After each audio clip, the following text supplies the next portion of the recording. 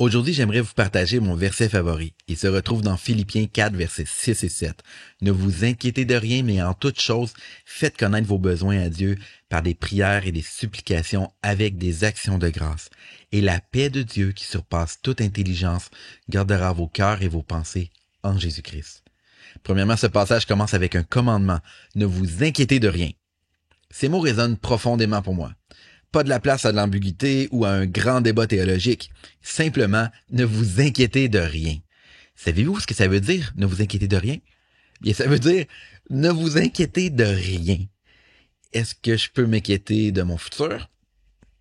Non. Est-ce que je peux m'inquiéter de ma santé? Non. Est-ce que je peux m'inquiéter de mes finances? Non.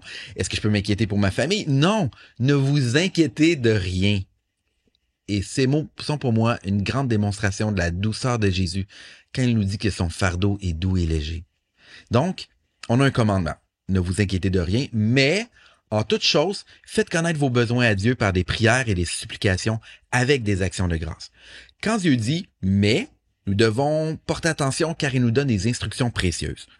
En toute chose, faites connaître vos besoins à Dieu par des prières et des supplications avec des actions de grâce. C'est simple. Faites connaître vos besoins. Priez, louez, déposez vos fardeaux. Dieu écoute. Son attention est portée vers nous.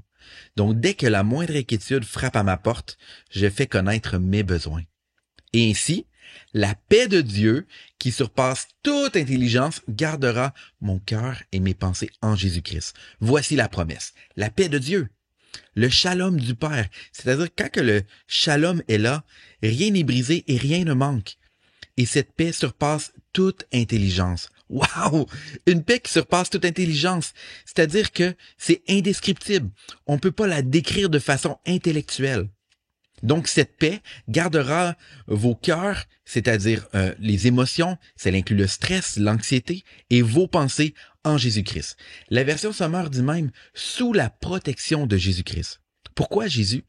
Car comme il est écrit dans 1 Timothée 6,12, « Combat le bon combat de la foi ».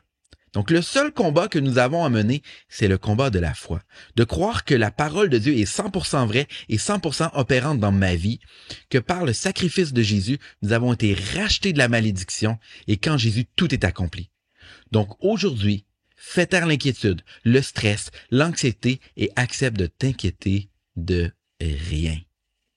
C'était Pasteur Samuel pour Souffle de vie, les 3 minutes qui peuvent tout changer.